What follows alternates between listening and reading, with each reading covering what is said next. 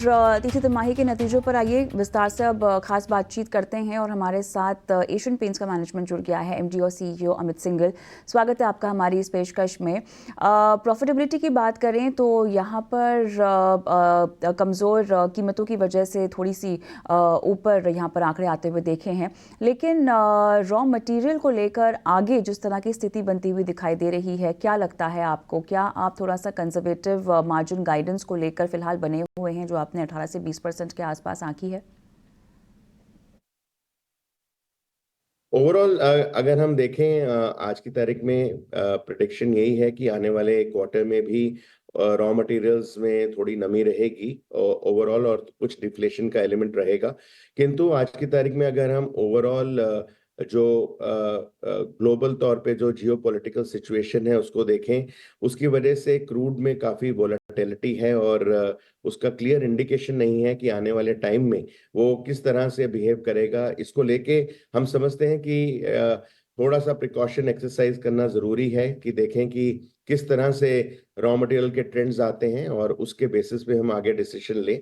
दूसरी चीज़ ये है कि अगर आज हम देखें ओवरऑल कंपनी की फोकस रही है कि ब्रांड बिल्डिंग की और किस तरह से हम मार्केट में और मार्केट को एक्सपेंड करें, उसको लेके हम मार्केटिंग में काफ़ी स्पेंड करना चाहते हैं आने वाले टाइम में। तो इन चीज़ों को देखते हुए अभी हमने जो अपना पीबीडीआईटी का गाइडेंस है वो 18 से 20% के बीच में ही रखा है, और हम समझते हैं कि इसके ऊपर आने वाले टाइम में वन क्वार्टर टू में जाके हम कुछ कॉल ले सकते हैं कि गाइडेंस को चेंज करना है कि यही रखें। ये बताएं हमें कि जिस तरह से मार्जिन इम्प्रूवमेंट को लेकर थोड़ी सी स्कोप है, कॉम्पिटिटिव एक्टिविटीज़ अगर हम देखें तो वो भी बढ़ती हुई दिखाई दे रही हैं। कंपटीशन को लेकर आपका क्या टेक है? निपटने के लिए क्या रणनीति? हमें लगता है कि जिस तरह से आज कंपटीशन हमने पिछले सालों में भी देखा है और लास्ट ईयर में भी देखा है, और कंपटीशन के होते हुए भी हम अच्छा मार्जिन डिलीवर कर पाए हैं इस क्वार्टर में। हम समझते हैं कि जो हमारा मार्जिन का बैंड है, चाहे कोई भी कंपटीशन आ रहा है, कोई कंपटीशन कुछ भी एक्टिविटी कर रहा है, हम समझते हैं कि वो बैंड हम मेंटेन कर पाएंगे। वॉल्यूम ग्रोथ के लिहाज से अगर हम देखें तो जिस तरह से पूरी बूस्टर डोज दिखाई दी है, खासतौर से प्रीमियम प्रोडक्ट्स की अगर हम बात करें, वो थोड़ा सा धीमी गति से आगे बढ़े हैं। किस तरह से इस पूरे मिक्स में आप ग्रोथ देख रहे हैं अब? हमारे हिसाब से क्वार्टर थ्री में ऐसा कोई डाउन ट्रेडिंग का इतना ज्यादा ट्रेंड नहीं दिखा है, क्योंकि जो T3 T4 सिटीज हैं उन्होंने भी अच्छा प्रदर्शन किया है ओवरऑल।